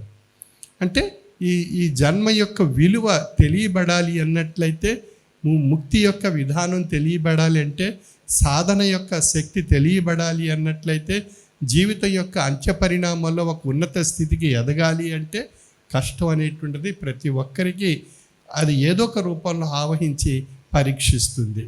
ఆ సమయంలో మనం సహనం కోల్పోతాం. ఇందువల్ల సహనం అనేటువంటిది చాలా కష్టతరమైనటువంటి విషయము. మన మనస్సు సహనంతో, జ్ఞానంతో పొంది అది ప్రయాణం సాగిస్తే కానీ ఆ సహనం, నిరీక్షణ ఈ రెండు జ్ఞానంతో ముడిపెట్టి ప్రయాణం సాగించాలి. అంత కాలాన్ని వెచ్చించాలి. అది ఆ సమయాన్ని వెచ్చించడానికి, నిరీక్షించడానికి, ఆ సహనంతో ఆ పని ముందుకు సాగడానికి తాను అనేక రకాలుగా పరీక్షిస్తున్నప్పటికీ, కాలం, సమస్యలు, బాధలు పరీక్షిస్తున్నప్పటికీ అవన్నీ అధిరోహించాలి. అప్పుడు కానీ తాను ఆ స్థితికి చేరలేడు. అంచేత మనం అక్కడికి వెళ్ళేసరికి మనం ఏం చేస్తాం, ఈ తట్టుకోలేక స్వామి ఇది కష్టాలు ఎందుకు ఇచ్చావు, ఈ బాధలు ఎందుకు ఇచ్చావు, ఈ సమస్యలు ఎందుకు ఇచ్చావు, ఈ సమస్యలకు నివారణోపాయం గురించి మనం ఏం చేస్తుంటాం, పీఠాధిపతుల్ని, స్వామీజీల్ని, సద్గురువర్యుల్ని, ఆయా భగవద్ దేవాలయాలకు ఆశ్రయించి మన యొక్క అభ్యర్థన ఆ భగవంతుడి ముందు మనం పెట్టుకుంటాం. అప్లికేషన్ మనం పెట్టుకుంటున్నాం అన్నమాట భగవంతుడి ముందు. ఆ భగవంతుడు ఏం చేస్తాడు, మన అభ్యర్థన బాగుందా లేదా, ఇది ఎంతవరకు నిలబడగలుగుతాడు, ఎంతవరకు అతని యొక్క భక్తి ఆ యొక్క భగవంతుని యందు ప్రయాణం సాగించగలదు, ఎంతవరకు సహనంతో ఈ ప్రయాణాన్ని ఆధ్యాత్మిక విధానంలో సాగించగలడా లేదా అని కాలం పరీక్షిస్తుంది. అంచేత ఆ పరీక్షలన్నీ తట్టుకుంటే కానీ ఆ స్థాయికి చేరలేడు కనుక అప్పుడు ఈ పరీక్షల యొక్క అభ్యర్థనలో తను ఎన్నో కోరికలు, ఎన్నో తాపత్రయాలతో, ఎన్నో తపన్నతో భగవంతుడి ముందు అర్జీలు పెట్టుకుంటే భగవంతుడు ఏం చేస్తాడు, కొన్ని సమయాల్లో అర్జీలని అంటే అభ్యర్థనని స్వీకరిస్తాడు, కొన్ని సమయాల్లో భగవంతుడు ఆ అభ్యర్థనని తిరస్కరిస్తాడు. అందుకే మ్యాన్ ప్రపోజెస్, గాడ్ డిస్పోజెస్ అనేటువంటి ఒక సామెత ఉంది. మనిషి ఎన్నో ప్రతిపాదనలతో భగవంతుడి దగ్గరికి, ఆలయాల దగ్గరికి భగవంతుడి దర్శిస్తుంటాడు, ఆయా మత ధర్మాల్లో, ఆయా రూపాల్లో. అదేవిధంగా ఎంతోమంది గురువుల్ని ఆశ్రయిస్తుంటాడు, ఎంతోమంది తాత్వికుల్ని, ఎంతోమంది జ్ఞానుల్ని, ఎంతోమంది స్వామీజీల్ని, పీఠాధిపతుల్ని ఆశ్రయిస్తుంటాడు. ఎందుకు? మానసిక బలహీనత. ఆ మానసిక బలహీనతలో తన అభ్యర్థన భగవంతుడు స్వీకరించి తనకు కావలసిన ఫలితం తనకు సమకూర్చాలి అని చెప్పి భగవంతుడిని అభ్యర్థిస్తాడు, వేడుకుంటాడు. కానీ భగవంతుడు ఏం చేస్తాడు, కొన్ని సమయాల్లో తిరస్కరిస్తాడు. ఆ తిరస్కరించినప్పుడు ఏం చేస్తాడు, ఈ భగవంతుడు నాకు, ఈ స్వామీజీ, ఈ పీఠాధిపతి, ఈ సద్గురు ఈ అభ్యర్థనని తిరస్కరించారు కాబట్టి నాకు వీరిని విడిచి మరొక ప్రదేశంలో, మరొక చోట, మరొక భగవతాలయానికి, మరొక స్వామీజీని, మరొక పీఠాధిపతిని మనం దర్శించుకుందాం అనేటువంటి ద్వైధీభావం తనలో ఏర్పడుతుంది. ఆ ద్వైధీభావంలో ఇక్కడ ఉన్నటువంటి పూర్వ స్వామీజీని కానీ, పీఠాధిపతిని కానీ ప్రస్తుతం తాను ఆశ్రయిస్తున్నటువంటి పీఠాధిపతి యందు కానీ పరిపూర్ణమైనటువంటి భక్తి, విశ్వాసము, లక్ష్యము ఏర్పరచుకోలేకపోవడం చేత తాను ఏది పొందలేక ఎండమావుల యొక్క భ్రమలో పడిపోయి తాను ఆ యొక్క విషయాన్ని గ్రహించలేక అంతర్ధానం కాబడుతుంటాడు. అంచేత ఇవన్నీ కూడా పరీక్షలు. అంచేత భగవంతుడు మన యొక్క అభ్యర్థనని స్వీకరించాడా లేదా, అది స్వీకరిస్తే ఏ విధమైనటువంటి ఫలితం, స్వీకరించలేకపోతే ఏ విధమైనటువంటి సమస్యగా ఉంది అనేటువంటి విషయాన్ని తాను గమనించి తన భక్తిని తాను పరీక్షించుకోవాలి ఆ భగవంతుని యందు. తన విశ్వాసాన్ని ఆ భగవంతుని యందు ఏ విధంగా ఉన్నాను అని పరీక్షించుకోవాలి. తన లక్ష్యాన్ని ఆ భగవంతుని యందు ఏ విధంగా ఉంది అని తాను పరీక్షించుకోవాలి. తన జ్ఞానము చేత ఈ భక్తి యందు, విశ్వాసం యందు, లక్ష్యం యందు ఉన్నటువంటి విషయాలను తాను గమనించాలి. గమనిస్తే అప్పుడు తనలో ఉండేటువంటి తన లోపాలు మానసిక వ్యవస్థ ద్వారా గ్రహించగలుగుతాడు. అప్పుడు తనలో ఉన్న తన లోపాలను సవరించుకోవడానికి భగవంతుడు ఈ పరీక్ష మనకు పెట్టాడు. కాలం అనేటువంటి రహస్యంలో ఈ విషయం తెలుసుకోవాలి అని భగవంతుడు మనం పరీక్షిస్తున్నాడు అని అప్పుడు మనకి మనసులో ఆ స్ఫూర్తి కలుగుతుంది. ఆ స్ఫూర్తి కలిగినప్పుడు మనం ఏం చేస్తాం, ఇది భగవత్ పరీక్షగా మనం భావించి, అంటే అందుచేతే సన్యాసి చేసిన, సామ్రాట్టు చేసిన సర్వము నీవే స్వామి అని చెప్పి ఆ భగవంతుని మనం అర్థించామనుకోండి, ఒక్కొక్కసారి భగవంతుడు ఏం చేస్తాడు, మన ప్రపోజల్ అంటే మన ప్రతిపాదనని తిరస్కరించడం చేత మనం ఒక పేదరికంలో ఉంటాం. భగవంతుడు మన యొక్క అభ్యర్థన స్వీకరించడం చేత మనం ఒక గొప్ప ధనవంతుడు కాబడతాం. అప్పుడు కూడా సన్యాసి చేసిన, సామ్రాట్టు చేసిన సర్వము నీవే స్వామి అని మనం మనసుని ఆయనకి అంకితం చేసుకున్నాం అనుకోండి, మనసుని ఆయనకి అర్పితం చేసుకున్నాం అనుకోండి, ఆయనే మనకు రక్షణగా ఏది కావాలో, ఎంత కావాలో, ఏది అవసరమో అది ఆయన మనకు ఆ సమయంలో నిర్ణయించి మనకు ప్రసాదిస్తారు. ఆ ప్రసాదాన్ని మనం స్వీకరించాలి. అది కాదు నేనేమో ఈ కోరిక భగవంతునికి అభ్యర్థించి నేను కోరుకున్నాను, నాకు తక్కువ కోరిక ఇచ్చారు, తక్కువ ఫలితం ఇచ్చారు, నేను కోరుకున్నది పెద్ద కోరిక నెరవేరలేదు, చిన్న కోరిక ఇచ్చాడు భగవంతుడు అని చెప్పి మనం కొంత నిస్పృహకు గురవుతుంటాం. మనం గురైనప్పుడు మన విశ్వాసంలోనూ, భక్తిలోనూ, లక్ష్యంలోనూ మార్పులు వస్తాయి. మానసిక స్వరూపంలో మార్పులు వస్తాయి. మానసిక స్వరూపంలో వచ్చేటువంటి మార్పుల వల్ల ఆ భగవంతుని యొక్క లక్ష్యాన్ని కోల్పోతుంటాం, అది నిర్లక్ష్యంగా మారుతుంది. భగవంతుని యొక్క విశ్వాసం యందు మార్పులు వస్తాయి, అవిశ్వాసంగా మారిపోతుంటాం. భగవంతుని యందు భక్తి మార్గంలో మనం ప్రయాణం సవ్యంగా ఉండదు, అందువల్ల ఆ భక్తి మనలో ఏర్పడుతుంది. ఇవన్నీ మనం చేరేసరికి మనలో పూర్తి ఆ భగవంతుని యొక్క జ్ఞాన విశ్లేషణ మనం పొందలేక మనం వెనకడుగు వేయడం జరుగుతుంది. ఆ విధంగా భగవంతుడు పరీక్షిస్తాడు మనల్ని. ఆ పరీక్షించిన విషయం చేత మనకు అప్పుడు తెలియబడుతుంది మనం చేసినటువంటి తప్పు ఏమిటి అనే కొంతకాలం పోయిన తర్వాత తెలుస్తుంది. అప్పుడు మళ్ళీ తిరిగి గతించిన కాలం మనం ఎప్పటికీ తిరిగి రాదు. అంచేత కాలాన్ని మనం చాలా విలువగా వాడుకోవాలి. అంచేత కాలము పోవుచున్నది వడిగమ్మున పట్టగలేము, మీరు రారేల నిజార్థముల్ చదువరేల, ప్రభాత ముహూర్త విగంటికార్థ వైతాళికులు ఏమి పాడుచు మృదంగా మీటుచున్నవారు, మీరేల ప్రశాంతులై ఏటికి నేర్వరు బ్రహ్మతత్వము అని చెప్తున్నారు. అంచేత బ్రహ్మతత్వం అనేటువంటిది కాలం మనం పరీక్షించినప్పుడు ఆ కాలం ఒక సంసారపరంగా, ఆర్థిక పరంగా, అనారోగ్యపరంగా అనేక విషయాల్లో ఆ కాలం మనం పరీక్షిస్తుంది. ఆ పరీక్షించినప్పుడు మన ప్రతిపాదనలు భగవంతుని ముందు ఏర్పరచుకుని మన అభ్యర్థిని స్వీకరించమని, మన భక్తిని పెంచమని, మన విశ్వాసాన్ని పెంచమని, మన యొక్క లక్ష్యాన్ని పెంచమని ఆ భగవంతుడిని అర్థిస్తూ సహనంతో నిరీక్షిస్తూ ఆ భగవంతుని యొక్క సన్నిధానంలో మనం గడపగలిగినట్లయితే మన మనస్సు ఆ భగవంతుడికి అర్పింపబడుతుంది. ఆ విధమైనటువంటి అర్పణ మనం మనస్సుకి ఆచరించేటువంటి స్థితిగా మార్చుకోగలిగినట్లయితే మన మనస్సు అప్పుడు మనకి ఎన్నో విషయాలు మన శారీరక వ్యవస్థలో, మన జీవన వ్యవస్థలో ఎన్నో మార్పులు జరిగి మనకు కావలసినటువంటి ఫలితాలు క్రమేపీ కాలానుగుణ్యంగా ఆ సత్ఫలితాలు ఇచ్చేటువంటి అవకాశం మనందరికీ ఏర్పడుతుంది. అప్పటి వరకు మనం సహనము అనేటువంటి ఆయుధం మన చెంతన ఉండాలి, నిరీక్షణ అనేటువంటి ఆయుధం మన చెంతన ఉండాలి. అప్పుడు మనం ఆ స్థితికి చేరుకోవచ్చు. ఆ రెండు పొందడానికి కావలసినటువంటిది ఏది అన్నప్పుడు జ్ఞానము. జ్ఞానముతో మీ మనసుని విశ్లేషించుకోవాలి. అప్పుడు మనకి సహనం గురించి తెలుస్తుంది, వేచి ఉండే తత్వం తెలుస్తుంది, నిరీక్షణ తెలుస్తుంది. అప్పుడు మనం ఒక చక్కని మార్గం మనలో ఏర్పడుతుంది. దీనన్నిటికీ ఒక చక్కని ఉదాహరణ భక్త రామదాసు.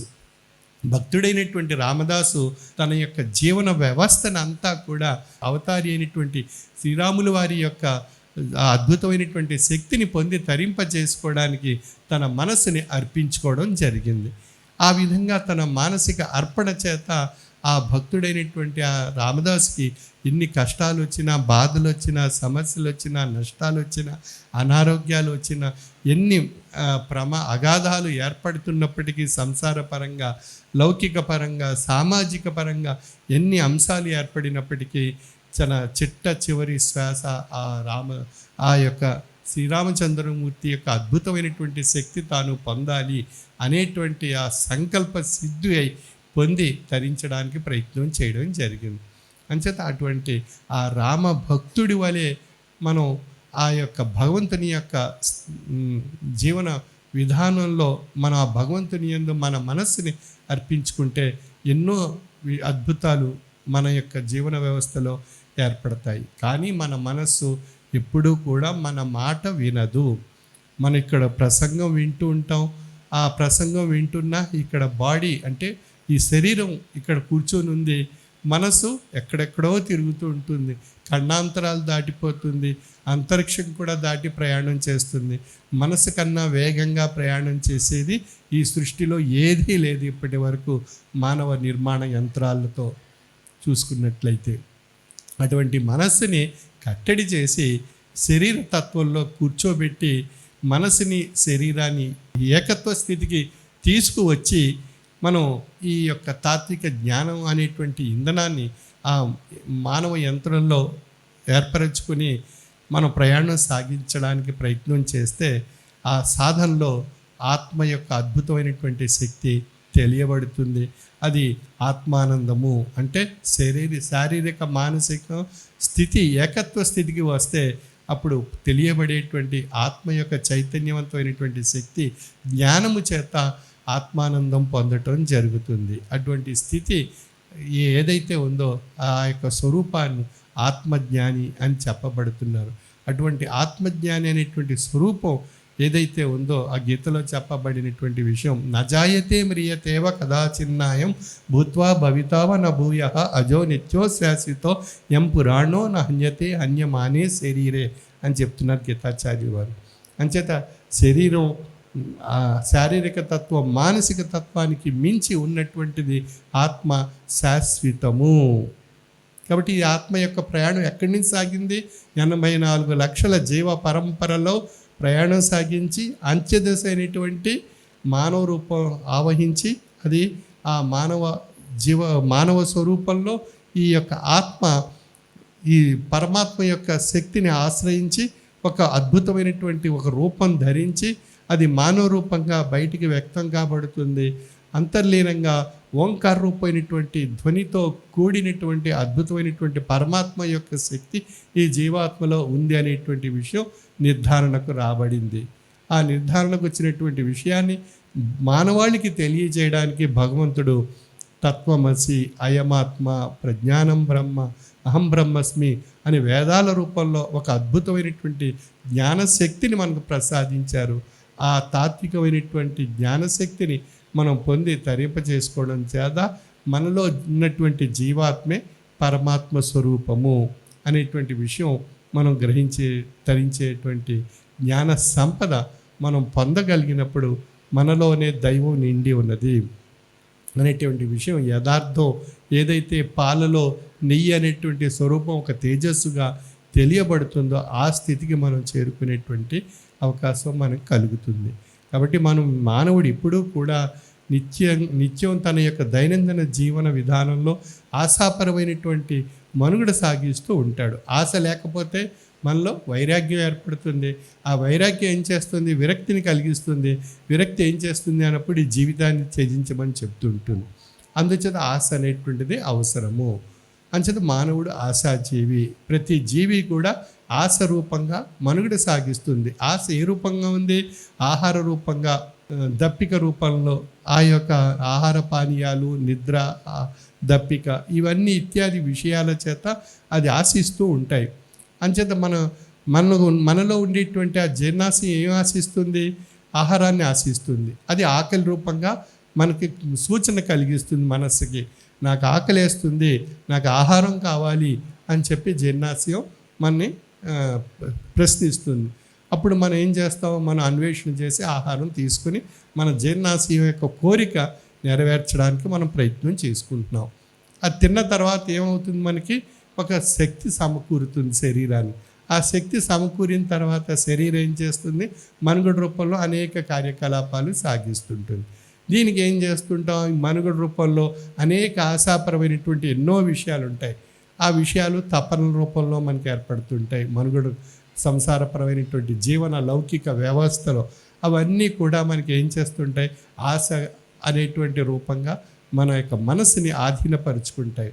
అంచేత మనస్సు వాటికి ఆధీనం కాబట్టి మనకు అనేక రకాలైన కోరికలు పుడతాయి. ఆ కోరికలన్నీ తపనగా మారుతాయి. ఆ తపనతో తాపత్రయాలు ఏర్పడతాయి. ఆ తాపత్రయాలతో మనం దాని వెంట పరిగెట్టడానికి ప్రయత్నం చేస్తాం. అంటే మనసు మన పరిధులు దాటి వెళ్ళిపోయింది. అంటే ఈ యొక్క మనస్సు భగవత్ స్వరూపం యొక్క స్థాయికి మనం తీసుకురావాలి అన్నట్లయితే మనం ఎంత సాధన చేస్తే మనసు మన దగ్గరకు చేరుతుంది అనేటువంటి విషయం సాధనలో ఉండేటువంటి ఆయా యొక్క విధానాలను ఆశ్రయిస్తే మనకు ఆ సాధన ద్వారా మన మనసుని మన చెంతన తీసుకురావడానికి అవకాశం కలుగుతుంది. అందుచేత ఒక చక్కని ఒక సాధన ఒకటి ఉంది. అది త్రయీ సాధన. అంటే 3 తత్వాలకు 3 సాధనలు. శారీరక తత్వానికి మంత్ర సాధన, మానసిక తత్వానికి జ్ఞాన సాధన, ఆత్మతత్వానికి ధ్యాన సాధన, మెడిటేషన్. అంటే 3 రూపాలుగా ఉండేటువంటి మానవ రూపానికి 3 తత్వాలు నిండి ఉండడం చేత శారీరక తత్వానికి మంత్ర సాధన, మానసిక తత్వానికి జ్ఞాన సాధన, ఆత్మతత్వానికి ధ్యాన సాధన. ఈ 3 సాధనల వల్ల ఏం లాభం కలుగుతుందండి, ఏం ఫలితం మనకి ఏర్పడుతుంది అని మన మనసు మనకు ప్రశ్నిస్తుంటుంది. అప్పుడు మనకు తెలియబడేటువంటి విషయం, ఆ సాధనలో తెలియబడేటువంటి విషయం, శారీరక తత్వానికి మంత్ర సాధన వల్ల ఈ అనేక వేల కోట్ల జీవాణువుల యొక్క స్వరూపం శరీర తత్వంలో ఉంది. అంటే అనేక వేల కోట్ల జీవాణువుల యొక్క నిర్మాణమే శరీరము.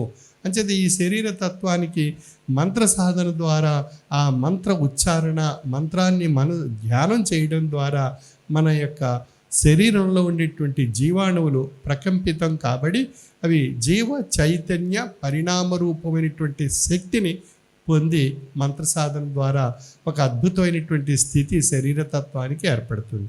అది ఆ మంత్ర సాధన ద్వారా ఏర్పడినటువంటి అద్భుతమైనటువంటి శక్తి ఈ శరీర తత్వాన్ని నడిపించడానికి కావలసినటువంటి భుక్తిని మనుగడలో పొంది తరించేటువంటి మార్గాన్ని సూచిస్తుంది. ఇక రెండవది మానసిక తత్వం. ఆ మానసిక తత్వానికి జ్ఞాన సాధన. అంటే మనసులో ఆలోచనాపరమైనటువంటి శక్తి, మేధాశక్తి. ఆ ఆలోచనాపరమైనటువంటి శక్తి జ్ఞానము చేత ఏది మంచి, ఏది చెడు, ఏది పొందాలి, ఏది గ్రహించాలి, ఏది విడిచిపెట్టాలి అనేటువంటి విచక్షణ జ్ఞానాన్ని కల్పించి తాత్విక జ్ఞానశక్తి ద్వారా తాత్విక ఆలోచనా శక్తిని ఏర్పరిచి మానసికమైనటువంటి ఆనందాన్ని, మానసిక శాంతిని, మనోశక్తిని, మానసిక తృప్తిని మనకు ప్రసాదిస్తుంది.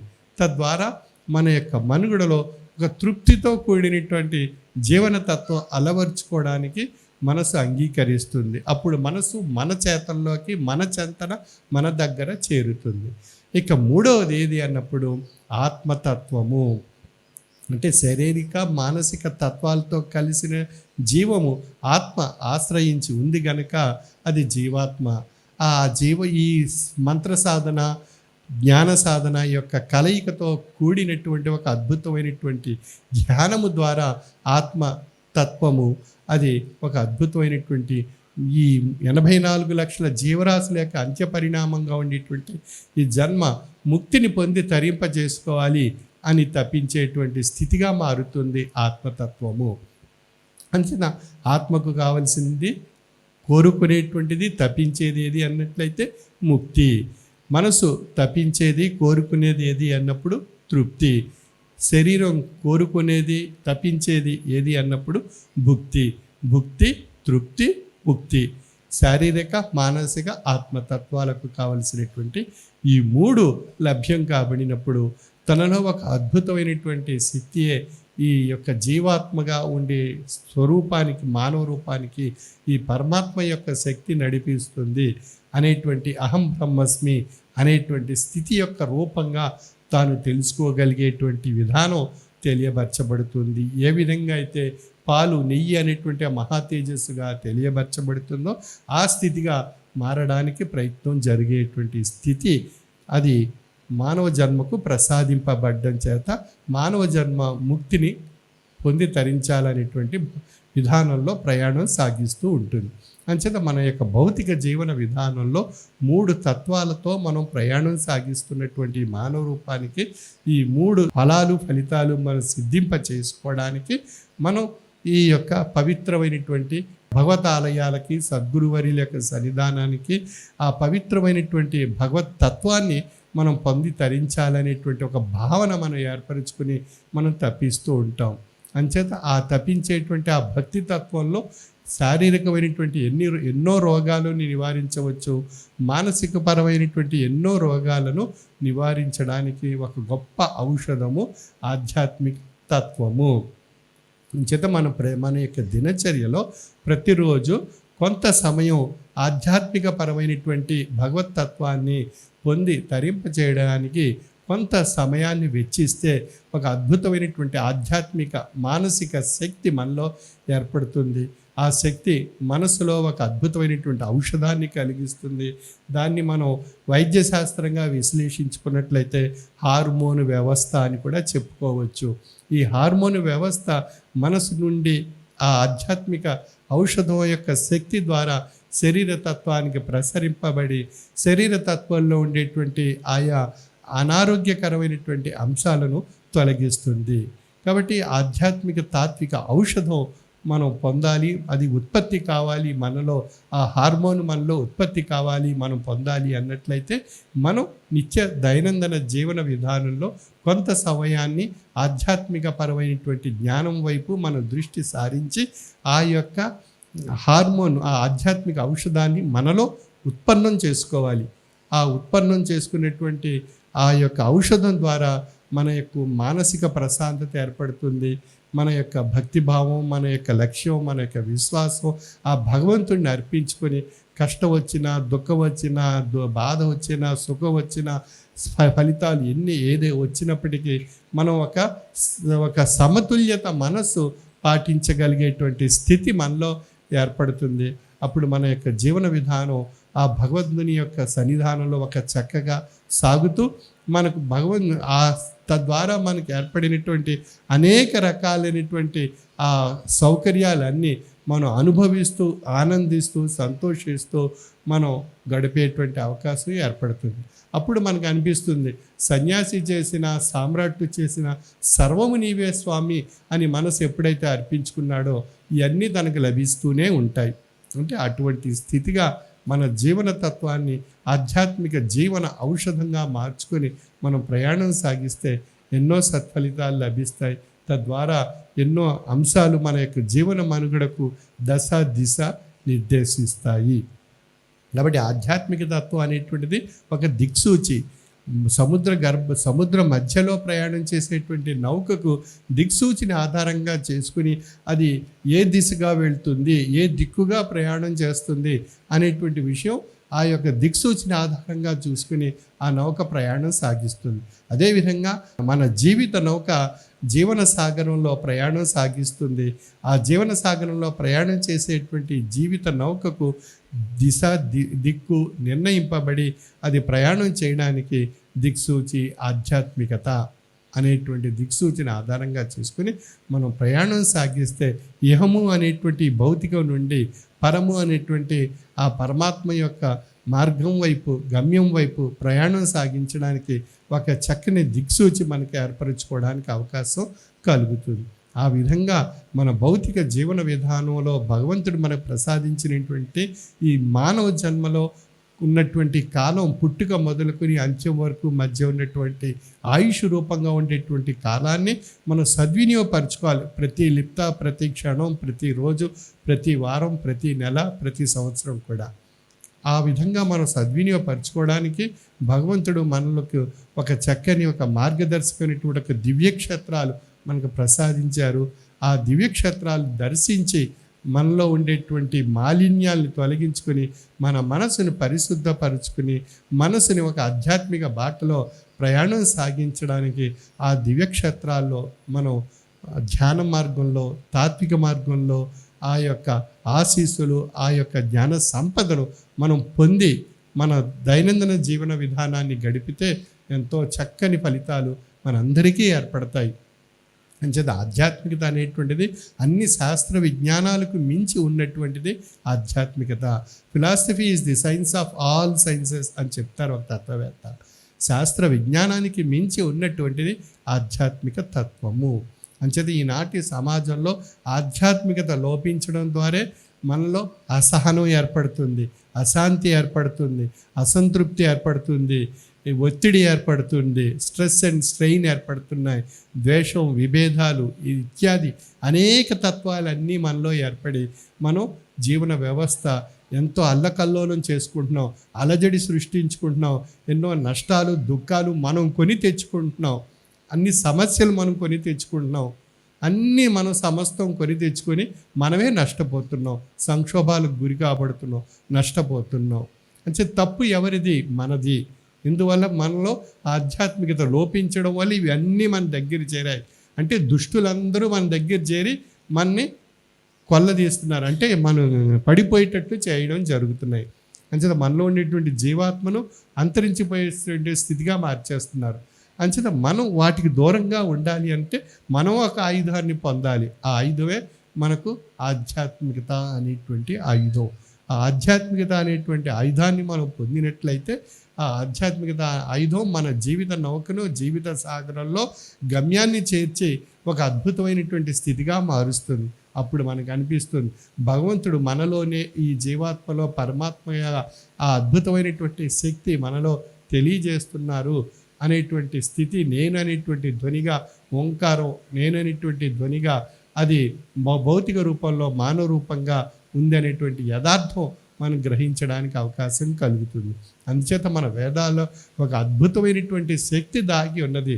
అది మనం అర్థం చేసుకొని మన జీవన తత్వానికి ఆ వేదాల్లో ఉండేటువంటి సారాన్ని మనం గ్రహించి, మనం ఆచరించి మన ప్రయాణం, జీవన ప్రయాణం సాగిస్తే పుట్టుక మొదలుకు అంత్యం వరకు ఆ ప్రయాణంలో ఒక అద్భుతమైనటువంటి ఘట్టాలు ఎన్నో తెలుస్తాయి. అప్పుడు పరమాత్మ యొక్క దైవత్వం యొక్క శక్తి తెలియబడినప్పుడు మనందరిలో ఉన్న దైవం యొక్క శక్తి ఒక్కటే అనేటువంటి విషయం తెలియబడి అది జీవన తత్వానికి ఆధ్యాత్మిక మార్గం అనేటువంటిది ఎంతో అవసరం అనేటువంటి విషయం గ్రహించగలుగుతాం. అందుచేత మొట్టమొదటి వేదంలో తత్వమసి అని చెప్పబడింది. తత్వం అసి, అది నీవు అయితివి. ఏది నీవు అయితివి అని ప్రశ్నించుకుంటేనే అప్పుడు మన తత్వం యొక్క రుచి మనకు తెలుస్తుంది. సాధారణంగా చూడండి, ఒక ఆహారం పదార్థం మనం ఇచ్చినప్పుడు ఆ రుచి ఎలా కొలుస్తాం మనం? ఆ పదార్థం నాలుకపై వేసుకున్నప్పుడు ఆ పదార్థం యొక్క రుచి నాలుక స్వీకరించి అది మనసుకు అందిస్తుంది. ఆ సాంకేతికం అందించి ఇది ఇంత రుచిగా ఉంది, ఇంత చేదుగా ఉంది, ఇంత ఉప్పగా ఉంది అనేటువంటి విషయం. దాన్ని బట్టి వాడు గ్రహించి ఇది తీపిగా లేకపోతే ఉప్పగా ఉందా, పులుపుగా ఉందా అనేటువంటి విషయం చెప్పగలుగుతున్నాడు. అదేవిధంగా మనం మన యొక్క జీవన తత్వంలో ఆధ్యాత్మిక తాత్విక జ్ఞానం అనేటువంటి రుచిని మనం అలవర్చుకోగలిగినట్లయితే మన మనస్సు ఒక ఆహ్లాదకరమైన వాతావరణం ఏర్పడుతుంది.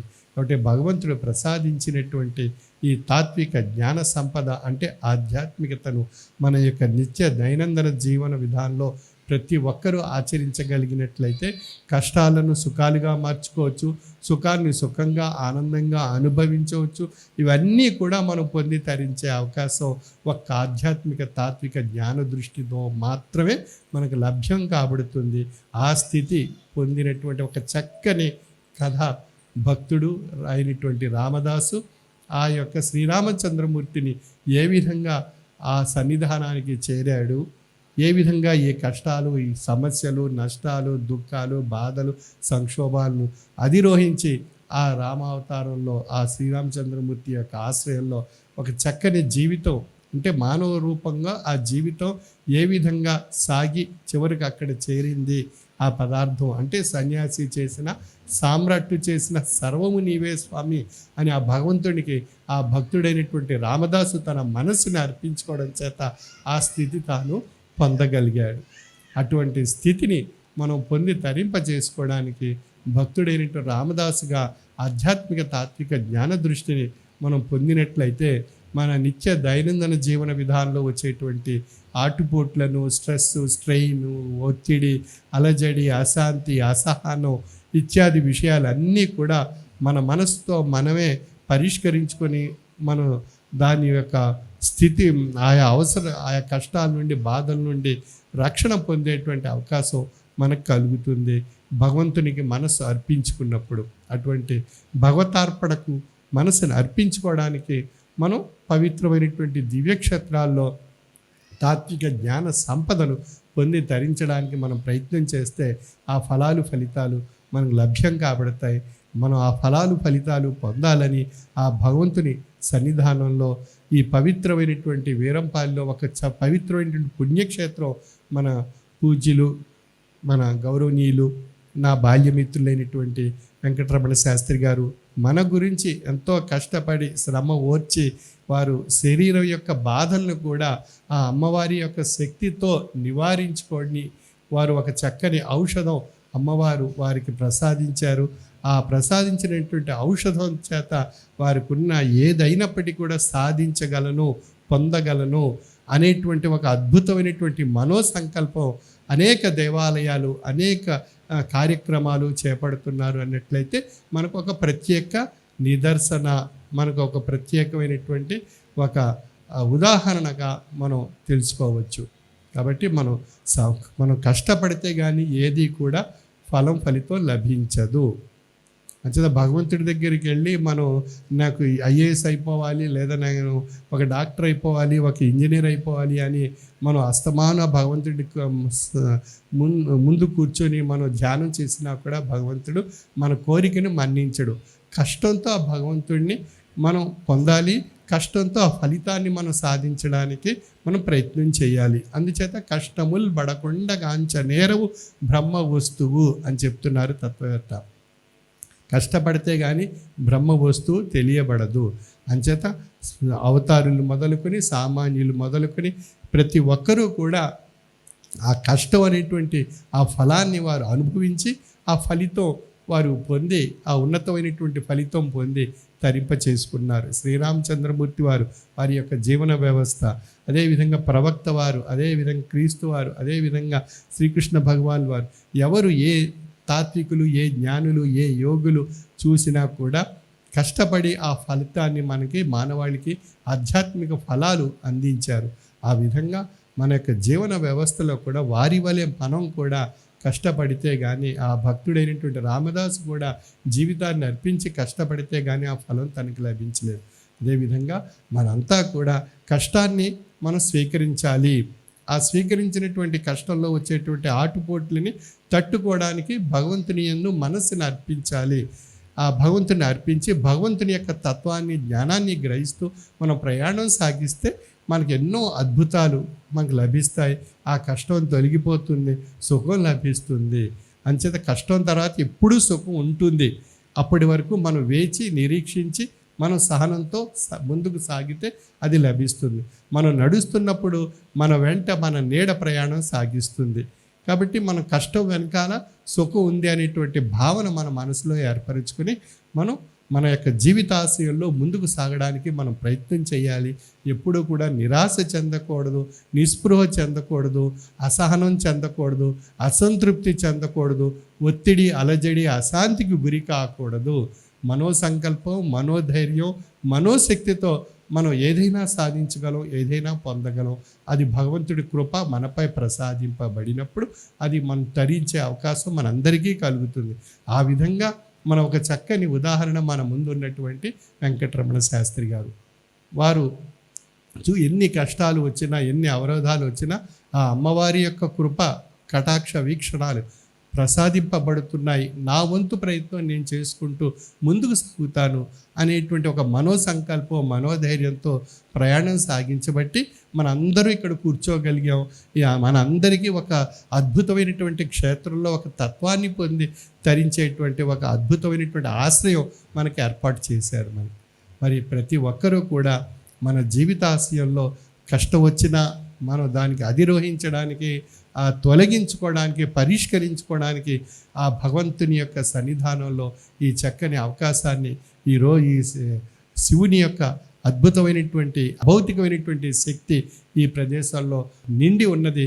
ఆ తెలియనటువంటి అభౌతికమైనటువంటి శక్తి, ఆ శక్తిని మనం ఆశ్రయించి జ్ఞాన సంపత్తిని మనం పొంది ఈ అద్భుతమైనటువంటి క్షేత్రంలో తాత్విక జ్ఞాన మనోదృష్టితో ప్రయాణం సాగిస్తూ భగవత్ సంకల్పానికి అనుకూలంగా మనం సన్యాసి చేసిన, సామ్రాట్టు చేసిన, సర్వము నీవే స్వామి అని మనసుని అర్పించుకొని మనం ప్రయాణం సాగిస్తే ఆయనే మనకి ఇస్తారు. మ్యాన్ ప్రపోజెస్, గాడ్ డిస్పోజెస్ అనేటువంటి సామెతలో మనం ప్రతిపాదించిందల్లా ఆయన ఎప్పుడు ఏది కావాలో ఆయన ఇస్తారు. ఇచ్చేంతవరకు మనం వేచి నిరీక్షించి సహనంతో ఉంటే ఎన్నో సమస్యలు పరిష్కారం కాబడతాయి. ఈ రోజుల్లో సహనం లేకపోవడం చేత, మనం నిరీక్షణ లేకపోవడం చేత, మనం ఆ వేచి ఉండే తత్వం మనలో లేకపోవడం చేత మనం ఏం చేస్తున్నాం, వెంటనే ఉద్రేకాలకు గురి కాబడుతున్నాం.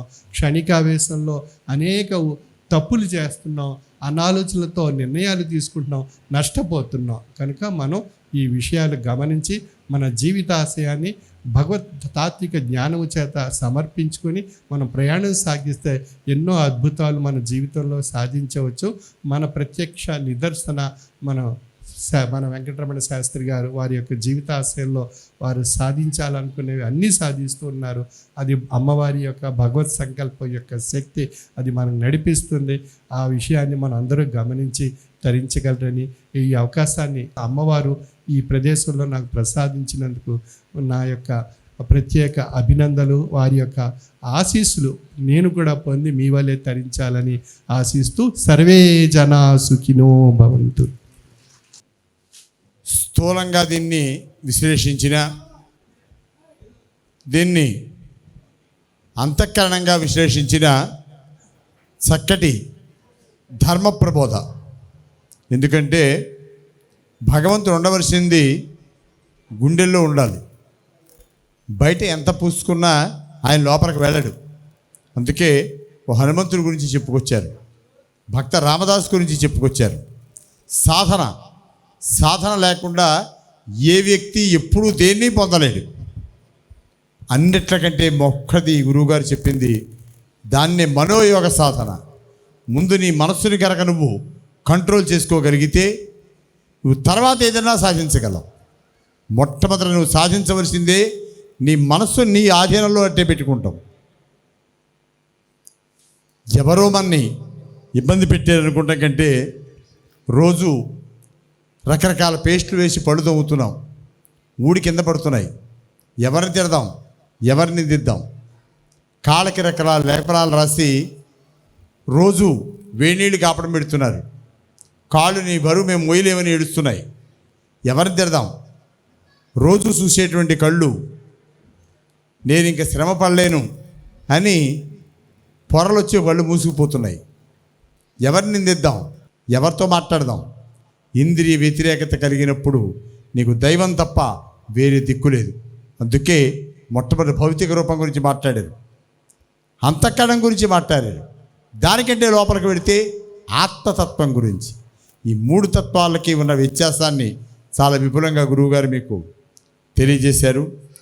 ఆధ్యాత్మిక ప్రవచనం ఎందుకు అంటే అసలు నువ్వంటే ఏమిటో నీకు తెలిస్తే పక్కవాడి గురించి తర్వాత ఆలోచించుకోవచ్చు. ముందు మన గురించి మనకు తెలియాలి. అలాంటి తత్వాన్ని చక్కగా విశ్లేషించి ఈరోజు ఈ సభాస్థలిలో మంచి సమయంలో భగవత్ సన్నిధానంలో సద్గురువులు ఇచ్చినటువంటి అమూల్యమైన సందేశాన్ని విన్నటువంటి వాళ్ళందరూ కూడా దాన్ని పాటించి ఎప్పుడో పెద్ద వయసు వచ్చిన తర్వాత లేవలేనప్పుడు వృద్ధాప్యంలోనూ భక్తి కానీ ఇప్పటి నుంచి ఎందుకురా అంటే ఇప్పటి నుంచి లేనిది అప్పటికి రాదు.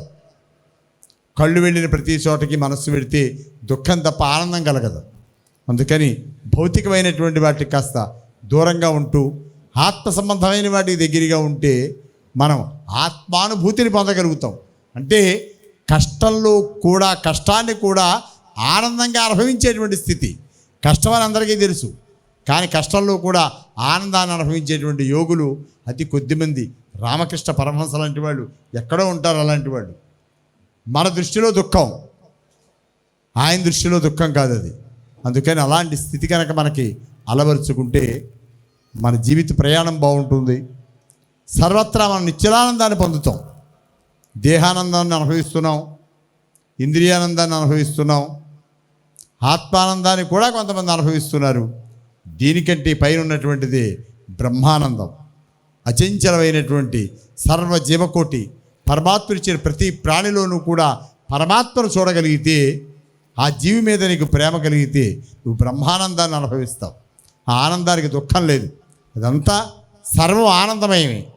అలాంటి స్థితి మీ అందరికీ కలిగి దుఃఖరహితమైనటువంటి మనస్సుతోటి నిశ్చలానంద పరమాత్ముడు ఇచ్చిన దాంతో సంతృప్తి చెందుతూ, ఎంత ఏడ్చినా మన ఇల్లు బ్యాంకుకి అతికిస్తాం, దాని నిండా కట్టలు పెట్టి ఉంచుతాయి, ఇందులో ఒక్క రూపాయి కూడా మంది కాదు. మన ఇల్లు అందుకు పనికొచ్చింది. అలాగే దేహం కర్మలు దాచుకుంటానికి పనికొచ్చింది. ఎప్పుడెప్పుడో చేసేటువంటి మాలిన్యాలన్నీ దాచుకునేదే దేహం అంటే. ఈ బ్యాంకులు అవే ఉన్నాయి. అందుకని ఈ కర్మ అంతా ఎప్పుడప్పుడు వదిలించాలి అంటే నీకు జ్ఞానం కలగాలి. ఆ జ్ఞానం అంటే అదేదో మార్కెట్లో దొరికేదైతే అంతలా పెట్టి కొనుక్కోవచ్చు. అది గురువుల వల్లే రావాలి, కష్టాల వల్ల రావాలి, వైరాగ్యం వల్ల రావాలి. వీటి సాధనాలు ఇవన్నీ కూడా.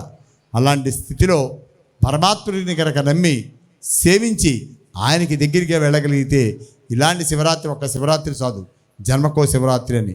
శివము అంటేనే ఆత్మ. వారి ప్రబోధించి చెప్పింది కూడా అదే. నువ్వు ఆత్మకి దగ్గరగా ఉండు, మిగిలినవన్నీ దూరంగా వెళ్ళిపోతాయి. ఇంకే ఆనందంతో నీకు పని లేదు. ఇంద్రియానందం అక్కర్లేదు, దేహానందం అక్కర్లేదు. ధర్మం 4 పాదాల నడవాలని ఆధ్యాత్మిక ప్రయాణంలో మమ్మల్ని సమాంతరంగా తీసుకెడుతోంది. నేను కొంచెం గట్టిగా చెబుతాను అదే తత్వాన్ని. గురువుగారు సౌమ్యంగా చెబుతారు. వ్యత్యాసం ఏమిటంటే రెండు ఒకటే డెప్త్ ఉన్నవి, కానీ చెప్పేటువంటి విధానంలో కొంచెం హార్ష్గా ఉంటుందన్నమాట. దేవుడి దగ్గరికి వెళ్ళి దండం పెడితే నువ్వేం చేసావని దేవుడిని అడగడానికే నేను అడుగుతాను. ఏదోటి చేయకుండా పరమాత్మని ఎలా చూడగలుగుతావు అని ఆయన అడుగుతారు. రెండు ఒకటే, కానీ ఏకత్వంలోనే భిన్నత్వం ఉంది, భిన్నత్వంలోనే ఏకత్వం కూడా ఉంది.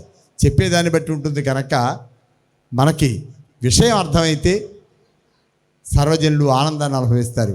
ఆనందంతో దుఃఖాన్ని ఇవాళ దేవాలయానికి రాగలిగాం, చూడగలిగాం, స్వామిని ఆత్మనిజాన్ని చూసాం, ప్రసాదం స్వీకరించాం, ఇదంతా మనం పొందాం అంటే అది ఆనందం. అమ్మోయ్ ఆ ఊరు వెళ్ళడానికి చాలా ఇబ్బంది పడ్డాను, ఊరు చివరి దింపేశారు, 60 మైళ్ళ దూరం నడిచి వెళ్ళాను, కాళ్ళు అరికి చాలా నిప్పెట్టేసి అనుకుంటే దుఃఖం. ఈ రెండు ఎక్కడ వేరే వేరే లేవు, రెండూ నీలోనే ఉన్నాయి. నువ్వు కల్పించుకుంటేనే ఉంది దుఃఖం, కల్పించుకోకపోతే ఏది దుఃఖం కాదు. అలాంటి దుఃఖానికి మీరు దూరంగా ఉండి పరమాత్ముడు ఇచ్చిన దాంతో ఆనందంగా జీవించండి, ఆత్మానుభూతిని పొందండి. ఆఖరి లక్ష్యం నీలో ఉన్న ఆత్మని నువ్వు చూడటం. ఆ ఆత్మని కనుక నువ్వు చూసిన తర్వాత నీకు ప్రపంచంలో ఇంకా చూడవలసిన వస్తువు అంటూ ఏదీ లేదు. ఇంకా అదే అంతిమ సంస్కారం, అదే అంతిమ పరిష్కారం. అలాంటి ఆత్మ యొక్క అనుభూతిని మీరు అనుభవించాలని, ఆత్మ సాక్షాత్కారం మీకు జరగాలని, అదే పరమాత్మ సాక్షాత్కారం అని గురువుగారు చెప్పిన విషయాన్నే మీకు మరొక యాంగిల్లో మరొక విధానంలో మార్చి నేను మీకు చెప్తున్నాను. దాన్ని సర్వజనులు ఆశ్రయించి ఆనందాన్ని పొందాలి. సద్గురువులు ఇప్పుడు అక్కడికి వచ్చి మన యొక్క ఆశ్రమంలోనే కాసేపు సేద తీరి భక్తుల యొక్క మనందరూ ఇంత దూరం వచ్చారు, దర్శనం లేకపోతే వాళ్ళు కూడా బాధపడతారు. ఒకసారి దగ్గరగా గురువుగారిని చూడాలని కోరుకున్న వాళ్ళు ఉంటారు. కనుక అక్కడికి వెళ్ళి ఆ యొక్క ఆశీస్సులు తీసుకుని తదుపరి మీ కార్యక్రమాల్ని మీరు పూర్తి చేసుకోవచ్చు. సర్వకాల సర్వావస్థలందు పరమాత్మ అనుగ్రహం మీ అందరికీ ఉండాలని, ఇలాంటి అనేక ఆధ్యాత్మిక ప్రపంచనాలతోటి జనాన్ని జాగృతం చేసి జ్ఞానం వైపు, భక్తి వైపు వారు ఇంకా నడిపించేటువంటి శక్తి ఆ పరమాత్ముడు ఇంకా అనంతంగా వారికి ప్రసాదించాలని నేను పరమాత్మను కోరుకుంటూ సర్వేజన సుఖినో భవంతు. ధన్యోస్మి. గురువర్యులిద్దరూ కూడా మనలో ఒక చైతన్యాన్ని నింపడంలో ఎప్పుడూ ముందుంటారు. మనకి ఒకరిని చూస్తే ఆ చిరునవ్వే మనకు ఓ చైతన్యం. ఆ చిన్మయంగా అలా కూర్చుంటే వారి ముఖం చూస్తేనే సగం బాధలకి, సమస్యలకి పరిష్కారం మనకు లభించిందేమో అని అనుకుంటాం మనం. ఇంకొకరు మార్గదర్శి, ప్రతి విషయానికి ఖచ్చితమైనటువంటి ఒక మార్గాన్ని నిర్దేశించేటువంటి వ్యక్తి. ఇద్దరు అలా వేదిక మీద కూర్చుంటేనే మనందరికీ కూడా మనసుల్లో ఏదో తెలియనటువంటి ఒక ఆనందం, ప్రతి ఒక్కరి మొక్కల్లో చిరునవ్వు. ఇది కావాలి. ఎప్పుడు కూడా మనల్ని నడిపించేటువంటి గురుదేవులందరూ కూడా ఎలా ఉండాలి అని అంటే, మనం నమ్మినటువంటి సిద్ధాంతం వైపు మనల్ని పయనింపజేసేందుకు వారి ప్రతి మాట మన జీవితంలో ఉపయోగపడుతుంది.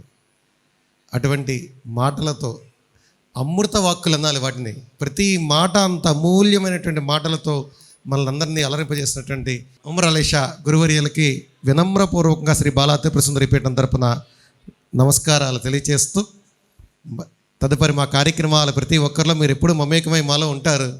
తదుపరి కార్యక్రమాలు కూడా ఇదే విధంగా మీ సహాయ సహకారాలు అందచేయాలని మనస్ఫూర్తిగా కోరుకుంటూ ధన్యోస్మి.